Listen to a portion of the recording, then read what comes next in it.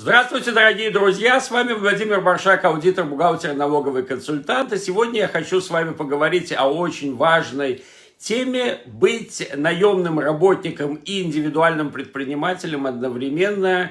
Почему это так важно и почему-то есть так много преимуществ.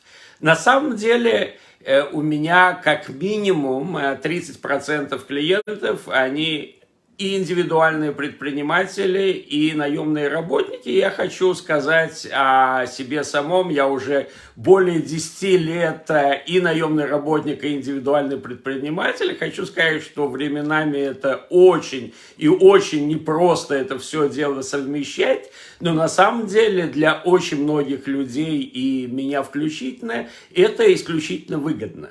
Почему? Во-первых, потому что образуются новые источники доходов. То есть ты на 100% не зависишь от своего работодателя, то есть во многих случаях, значит, бизнес развивается, и все больше и больше количество денег человек получает от бизнеса.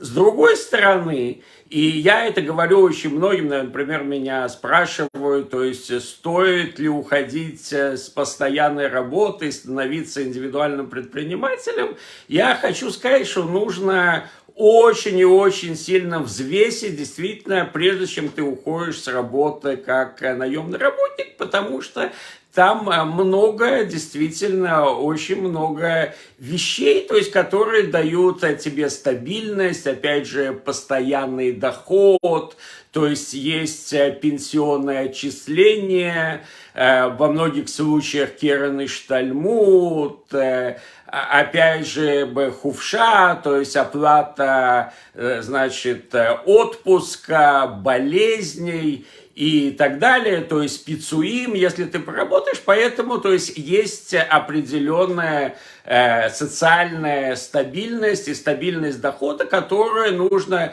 прежде чем человек уходит с работы как наемный работник, особенно если у него эта работа неплохая, то нужно взвесить очень и очень много раз. Во-вторых, есть большой элемент налогового планирования. То есть, когда ты становишься индивидуальным предпринимателем, то ты можешь делать оптимизацию налогов, списывать затраты. То есть, если ты пользуешься машиной для работы, то списываешь затраты на машину. Опять же, и работа из дома, то есть дает возможность списания, значит, многих затрат, с другой стороны, и это не повышает, то есть это достаточно безопасно. То есть тебе не нужно платить какие-то дополнительные деньги для того, чтобы открыть бизнес. То есть эти деньги очень и очень небольшие. В результате человек может также прийти, значит, к финансовой независимости. То есть если действительно разовьется бизнес очень хорошо, то есть и с наемными работниками и так далее, то действительно можно достичь, особо не впадая в риски, можно достичь действительно и финансовой стабильности и финансовой независимости.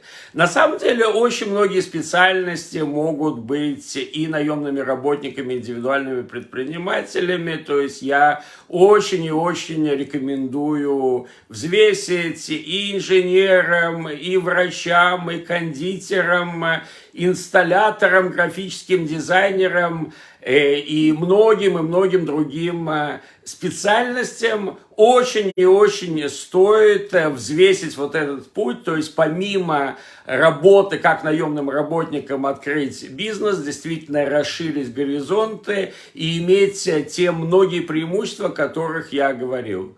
С вами был Владимир Маршак, аудитор, бухгалтер, налоговый консультант. Шаббат шалом, ставьте лайки, пишите комментарии и всего доброго.